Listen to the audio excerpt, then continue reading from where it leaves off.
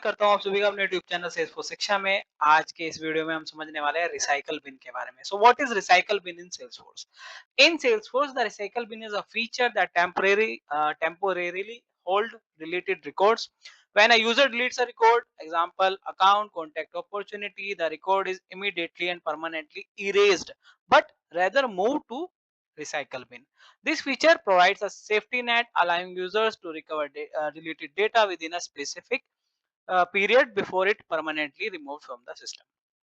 तो इसको एक सिंपल तरीके से अगर हम समझे कि इसमें जो भी सेल्सफोर्स के रिकॉर्ड डिलीट हम कर रहे हैं सेल्सफोर्स की org से, तो कई बार ऐसा भी हो जाता है गलती से हमसे कोई इंपॉर्टेंट रिकॉर्ड डिलीट हो गया, तो सेल्सफोर्स उसको इमीडिएटली क्या नहीं करता, इरेज नहीं करता org से। वो क्या करता है, उसको कुछ टाइम के लिए रिसाइकल बिन में चला जाता है वो रिकॉर्ड, और उसको एक टाइम फ्रेम के अंदर आप क्या कर सकते हो, रिकवर भी कर सकते हो अगर वो इंपॉर्टेंट है आपके लिए तो in Salesforce recycle bin holds deleted record for 15 days, 15 दिन तक लगभग वो आपके org में रहता है डिलीट होने के बाद भी।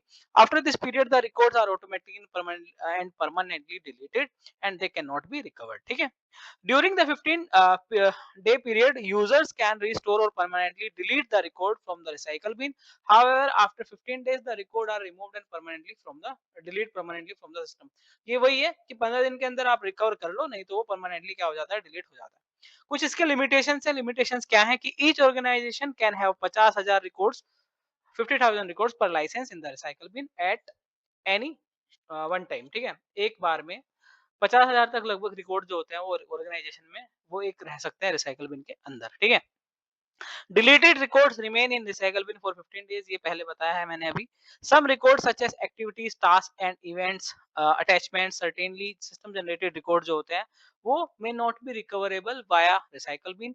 Once deleted this type of records are permanently lost. इस तरीके के जो रिकॉर्ड्स होते हैं उसको आप रिसाइकल बिन से रिकवर नहीं कर सकते हो। रिकॉर्ड्स डिलीटेड वाया एपीआई और data import tools like data loader may not appear in recycle bin. This is because these tools bypass the regular user interface deletion process. तो जो records आप API के through delete कर रहे हो या फिर डेटा लोडर के थ्रू आपने बल्क में डिलीट कर दिए, तो वो हो सकता है आपको रिसाइकल बिन में ना दिखे, बिकॉज ये क्या कर देते हैं, बाईपास कर देते हैं जो यूजर इंटरफेस है, यूआई के थ्रू जो डिलीट कर रहे हो उस वाले प्रोसेस को ये बाईपास कर देते हैं, इसलिए वो रिसाइकल बिन में आपको नहीं मिलेंगे। User without necessary permissions may not be able to view और एक्सेस रिसाइकल बिन। तो जिनके पास नेसेसरी परमिशन नहीं है वो यूजर जो है हो सकता है उनको रिसाइकल बिन ना दिखे और के अंदर। ठीक है, एडमिन को तो दिखेगा ही, बाकी यूजर्स को परमिशंस है तो उनको भी दिखेगा। In the case of custom objects और specific data, restoring a record में lost bring back fields value if those values were deleted at the field level.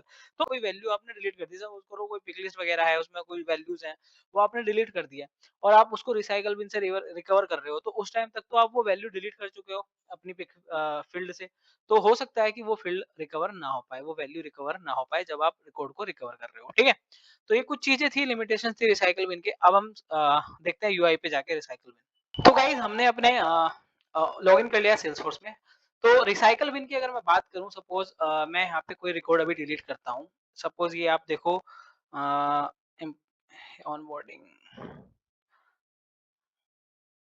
Just a second, मैं एक इनवॉइस डिलीट करता हूँ यहाँ पे। ठीक है, ये इनवॉइस मैंने यहाँ डिलीट कर दिया